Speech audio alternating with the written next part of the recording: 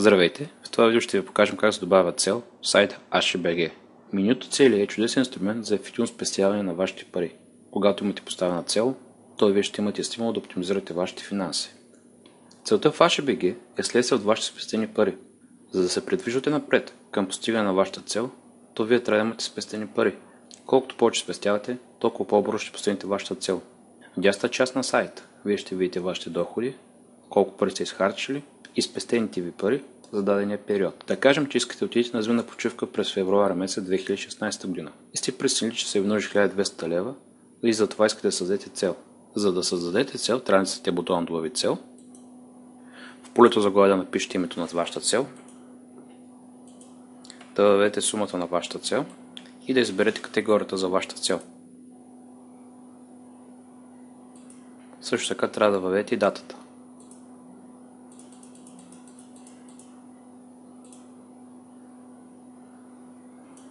След като сте въвели нужната информация, вие ще видите, че трябва да спестявате по 300 лева на месец. Това е вашето месечно допринасяне за постигане на вашата цел.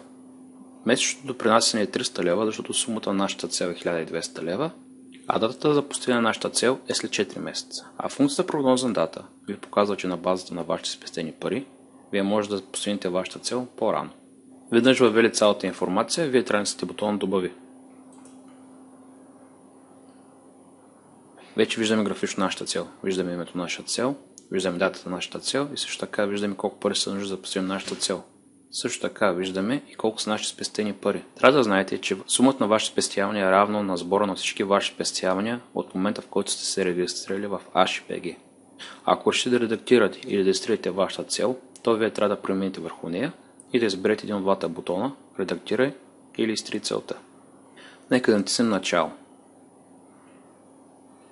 Вече виждаме, че модулът цели е активен, виждаме датата на нашата цел, виждаме стойността на нашата цел и виждаме колко пари сме събрали до сега.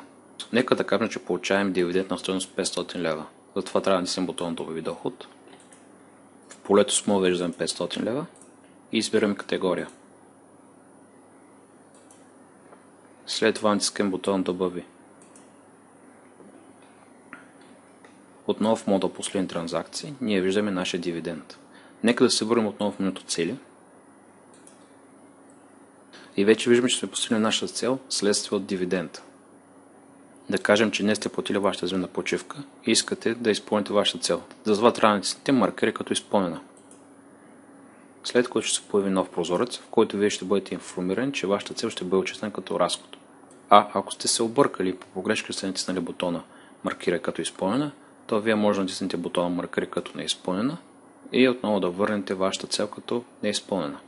Когато натиснете бутона "Върни", автоматично средствата от целта ще се добавят към вашите спестявания. С това приключва нашето видео относно как се добавя цел в сайта на HBG. Надяваме се да сме ви били полезни.